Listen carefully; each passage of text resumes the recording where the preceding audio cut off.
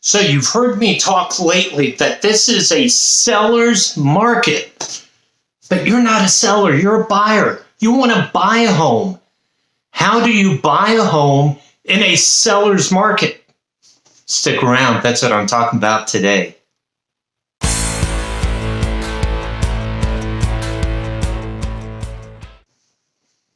Hi, welcome back. My name's JoeBrown. I'm a realtor with Century 21, List with Beggins, located in South Tampa.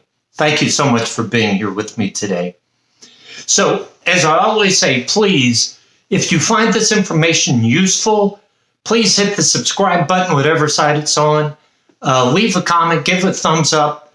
Most importantly, share it with people that you think need this information. And so what I would encourage you to do, watch this video, and if you know people who are trying to buy a home right now, please share this video with them because it should contain information that's very useful, right? So if you've been with me on my market recaps, and stick around, next week I'm doing a market update for January. And I'll put a link here to my market update from December. But we are at a such low inventory. Our inventory is very, very low. So it is a seller's market. Now, again, a seller's market is determined by how much inventory we have divided by the number of homes on the market. So let's say we have 10 homes on the market and we're selling 2 a month. We have 5 months of inventory. Well, right now we have under 2 months of inventory on the market. And in some areas of South Tampa, there's not even 1 month of inventory. So it is a seller's market with, remember, the law of supply and demand. When the demand is there and the supply isn't, it drives the prices up. And we're seeing that in the housing market. So you're a buyer and you want to buy a home. Well, what do? In fact, I just heard a story last week of people put their house on the market and they said nobody's going to see the house. No showings are approved until the open house Saturday. You know what happened? On Saturday, cars were lined up around the block. There was a line to get into the open house, and they had multiple offers on that one day. That's how active this market is. Well, if you're a buyer, how do you get your offer accepted, right? If all these people are putting offers in, what makes your offer attractive? So what you need to do, number one, you have to understand the contract. And I'll talk about that in just a second. But item number one, you have got to be pre-approved for as much as you can. But listen, if you're pre-approved for $400,000, that doesn't mean you have to spend $400,000. It means you can spend up to, right? And I share that with you because I had a deal recently that somebody was approved at a certain amount. Well, they needed to be approved for a little bit more, so they went back to the loan officer, had to go back to the loan officer for more. It would have saved a lot of time just to get that higher offer, get it done with. So item number one, get pre-approved, which is different than pre-qualified, right? Go back, watch a previous video I did on what's the difference between pre-qualified and pre-approved. Get pre-approved for the highest amount possible, right? Because time is of the essence. Number two is the deposit that's made. And this is where you have to know the contract. So most contracts have contingencies, right? So I say, I want to buy your house. I'll put $1,000 down. I'll put $2,000 down. But I have an inspection period. Now, the inspection period depends on the length of the inspection period, depends on what's in the contract. Sometimes it's a 15-day inspection period, sometimes a 20-day inspection period. So, but within that inspection period, If the inspection comes back, house is good, no repairs are needed, then you can make a second deposit, right? A second down payment of, let's say, $5,000 or $10,000, right? But depending on how much money you have, and all those deposits go towards the closing costs, right? So all that's, you're going to put the money out anyway. But what that does, the deposit and the second deposit, is it tells the sellers, listen, I'm serious. I want this house. Look at it the other side. If I want to buy your house, I put $1,000 deposit down and that's it. Well, things change and I say, I don't want the house anymore. But you know what happens? I walk away from the contract. I lose my deposit. I lose $1,000. Now, $1,000 is a lot of money to some people, but for others, it's $1,000. Well, that's why that second deposit, you say, listen, I'll put $1,000 down, $2,000 down. After the inspection period, if it comes back good, I'll put $10,000 down. Now, who wants to walk away from that deposit? So that second deposit really tells the sellers you're serious about that deposit. Also, there are a lot of different contingencies that can be built into contracts, right? There's the home inspection contingency. There's the appraisal contingency. There's a veritable plethora. That's my favorite term, right? There's a veritable plethora of contingencies that can be built in. All those contingencies give you, the buyer, the right to walk away from the contract. If a seller sees a contract with a lot of contingencies, it tells the seller, they just want to walk away if they find something wrong. And so your offer with all the contingencies may go up against other offers without those contingencies. From a seller perspective, those contingencies may just raise red flags, right? I made notes here so I don't forget. There's something called an escalation clause.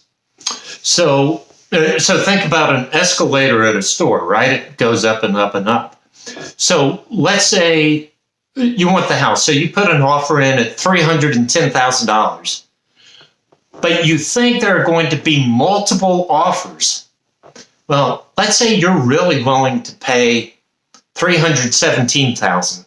So you put an escalation clause that my offer will beat any other offer by $500 up to and not to exceed $317,000. So you put an offer at $310,000, somebody comes in and offers $312,000, well, then your new offer is $312,500, right? I'm just using 500. It could be thousands, right? So that's what the escalation clause does, is it keeps you on the running up to a certain point. And if you say, I'm not going to go above $317,000, and it gets to that point, okay, you're out. So again, if you're using a realtor making an offer, and it's going to be a multiple offer situation, use the escalation clause just to keep you in the running. Fewer contingencies, pre-approved. Understand this. A house has a list price. So I list the house for $300,000. Well, under market conditions now, a seller could get $305,000, $310,000. Truly, the market value for a house is what somebody will pay for it. My glasses, I can't see now. Shouldn't have done that. My glasses, the value is how much somebody's willing to pay for it, right? That's really the true value of the house. So I may say my house, I'll sell it for $300,000, and somebody's willing to pay $315,000 for it. Yeah, I'll take it. So be very aware that you don't always have to offer just the list price. If you really want the house, you may have to go above list price. We're seeing that all across South Tampa. Well, really, all across the state right now. So just keep that in mind, right? So there's a misconception, right? Saying, oh, I want to make my offer really attractive. So we'll say, I'll close in 30 days, right? Well, let's face it. If I was selling my house and somebody said, oh, we'll close in 30 days, I won't be ready in 30 days. In fact, in the state of my house, it could be months, right? So instead of saying, we'll close in 30 days, have your agent ask the other agent, what's their timeline? When could they be out of the house? Maybe it's 45 days. Maybe it's 60 days. Maybe it is 30 days, right? Quick isn't always best. However, by you taking the time to ask them their timeline, you convey your respect for them, right? And again, it's about getting you noticed. And then I talked about second deposit. So remember, be pre-approved for the loan. Offer that second deposit after the home inspection period. Yes, have contingencies in the offer, but don't overdo it. You want to make your offer attractive. Use the escalation clause. Be willing to pay over list price. And then ask about the timeline, when they want to close. One of the things that's popular now is writing a letter, right? We call it love letters. Write a letter to them about the house. You know what? If your offer is good enough, they don't need the letter. Now, some people are swayed by it. I'm not saying don't do it. But if your offer is good enough, that's what will sway, right? So, again, this is a hot market. This is a seller's market. And you want your offer noticed. So I hope these tips that I shared with you will help you or your friends with the offer. As I said, if you find this information useful and you have friends looking to buy a house, please share this video with them, because to me, it's important information.